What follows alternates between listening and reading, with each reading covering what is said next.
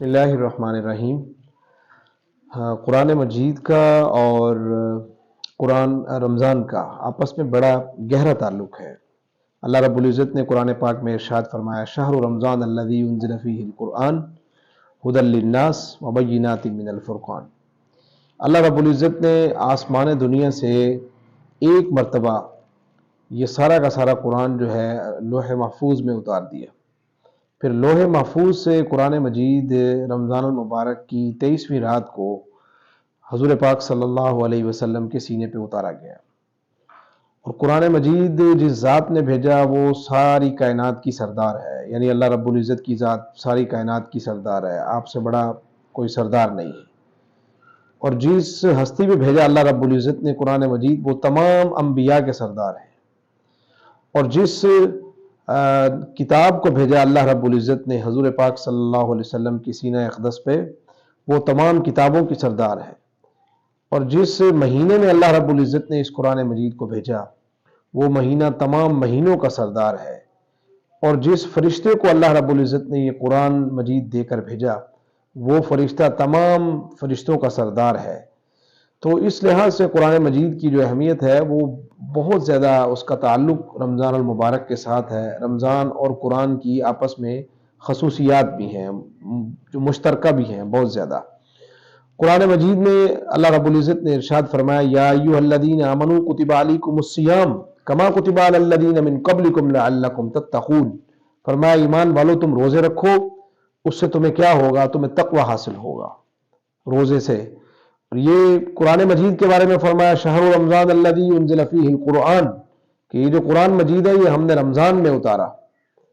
اور یہ کیا ہے؟ ھدی للناس، یہ بھی لوگ اس کو پڑھیں گے، لوگوں کو ہدایت آئے گی، لوگوں کو رہنمائی آئے گی، لوگوں کو تقوی حاصل ہوگا۔ تو یہ قرآن کی اور رمضان کی مشترکہ فضیلت ہے کہ قرآن اگر تم پڑھو گے تو تمہیں تقوی حاصل ہوگا، رمضان کے روزے رکھو گے تو تمہیں تقوی حاصل ہوگا۔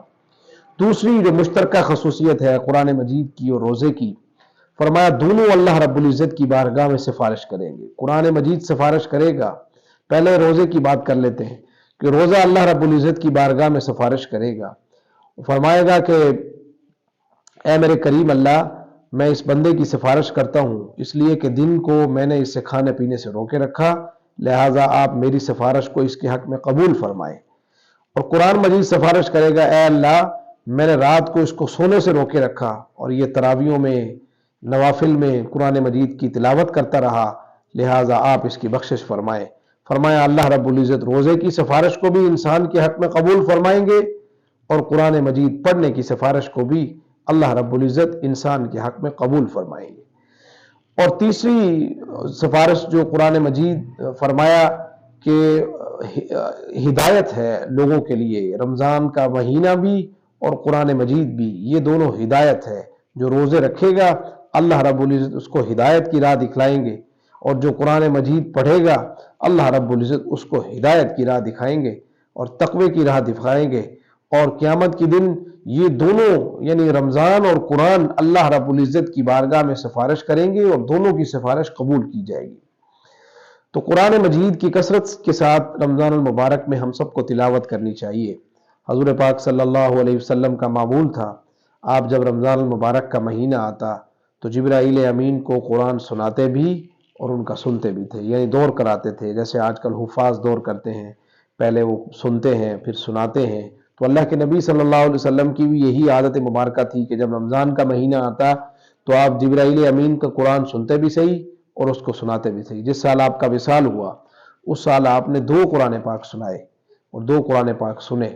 تو نبی پاک صلی اللہ علیہ وسلم تراویح میں پڑھنے کا بھی آپ کا معمول تھا۔ عام روٹین میں بھی حضور پاک صلی اللہ علیہ وسلم قرآن مجید کی تلاوت کثرت کے ساتھ کیا کرتے تھے۔ حضرت عثمان غنی رضی اللہ تعالیٰ عنہ کے بارے میں آتا ہے، فرمایا حضرت عثمان غنی رضی اللہ تعالیٰ عنہ نے فرمایا کہ لوگوں نے ان کے بارے میں لکھا کہ حضرت عثمان غنی رضی اللہ تعالیٰ عنہ ایک رات میں 1 قرآن پاک ختم کیا کرتے تھے۔ یہ صحابہ کی بات ہے۔ ہمارے حضرت شیخ زکریا رحمہ اللہ جنہوں نے یہ فضائل اعمال کو مرتب کیا، ان کے بارے میں آتا ہے شیخ زکریا رحمہ اللہ دن میں 1 قرآن پاک ختم کیا کرتے تھے۔ تو ہمارے ہاں ایسی ہستیاں ایسے بزرگ موجود ہیں جنہوں نے ایک رات میں 1 قرآن ختم کیا۔ اور جنہوں نے ایک ایک دن میں ایک قرآن ختم کیا۔ حضرت شیخ زکریا کے گھر کا ماحول ایسا تھا، حضرت شیخ زکریا فرمایا کرتے تھے ہمارے گھر کی عورتوں کی عادت ہے، فرمایا جب وہ کام کرتی ہیں تو گھر کے کام کاج کرتی کرتی ہمارے کاموں کی طرح ان کے کام نہیں۔ حضرت شیخ زکریا کی آبیتی میں لکھا ہے کہ ایک ایک وقت میں ان کے گھر میں 150 مہمان آ جاتے تھے، اور وہ 150 مہمانوں کا کھانا جو ہے وہ گھر میں بنتا تھا، باہر سے کوئی پکانے کے لیے نہیں آتا تھا، بازار سے نہیں خریدا جاتا تھا۔ تو ان کی گھر کی ان کی 5 بیٹیاں تھیں زکریا کی، فرمایا پانچوں کی پانچوں بیٹیاں مجھے بتاتی ہیں کہ ہم گھر کے کام کرتے، صفائی کرتے ہوئے، برتن دھوتے ہوئے، کھانا بناتے ہوئے 25 سپاروں کی تلاوت کر لیتے ہیں۔ تو آج ہمارے گھروں میں قرآن مجید کی تلاوت کا فقدان ہے بہت زیادہ، جس کی وجہ سے ہمارے جو خیر و برکت کے زمانے تھے وہ چلے گئے۔ ہم نے قرآن مجید تو گھر میں رکھا ہوا ہے لیکن اس کی تلاوت نہیں کرتے، ہم نے قرآن مجید اپنے موبائل میں رکھا ہوا ہے لیکن اس کی تلاوت نہیں کرتے۔ تو قرآن مجید کی آدمی جتنی کثرت سے تلاوت کرے گا اللہ رب العزت کی بارگاہ میں اتنا ہی مقبول ہوتا جائے گا۔ صحابہ نے پوچھا تھا یا رسول اللہ جب رمضان آ جائے تو ہم کیا چیز زیادہ کریں؟ تو اللہ کے نبی صلی اللہ علیہ وسلم نے ارشاد فرمایا کہ کثرت سے قرآن پاک کی تلاوت کرو۔ جو آدمی کثرت سے قرآن پاک کی تلاوت کرے گا اللہ رب العزت اس کے نامہ اعمال میں قیامت کے دن اتنی نیکی ہوں گی۔ عام روٹین میں اگر ہم ایک سپارہ پڑھیں نا، ایک سپارہ تو ایک لفظ پہ 10 نیکیاں ملتی ہیں، تو اس حساب سے ہمارے نیکیاں 1,00,000 بنتی ہیں، لیکن ہر نیکی رمضان میں 70 کے برابر ہو جاتی ہے۔ تو رمضان کے اندر ایک سپارے کی تلاوت کی نیکیوں کا ہم اندازہ نہیں لگا سکتے۔ اس لیے جب رمضان آ جائے اللہ کے نبی نے فرمایا تو کثرت سے قرآن پاک پڑھنے کا اہتمام کیا جائے۔ اللہ رب العزت ہم سب کو عمل کرنے کی اور سمجھنے کی توفیق نصیب فرمائے۔ جزاکم اللہ۔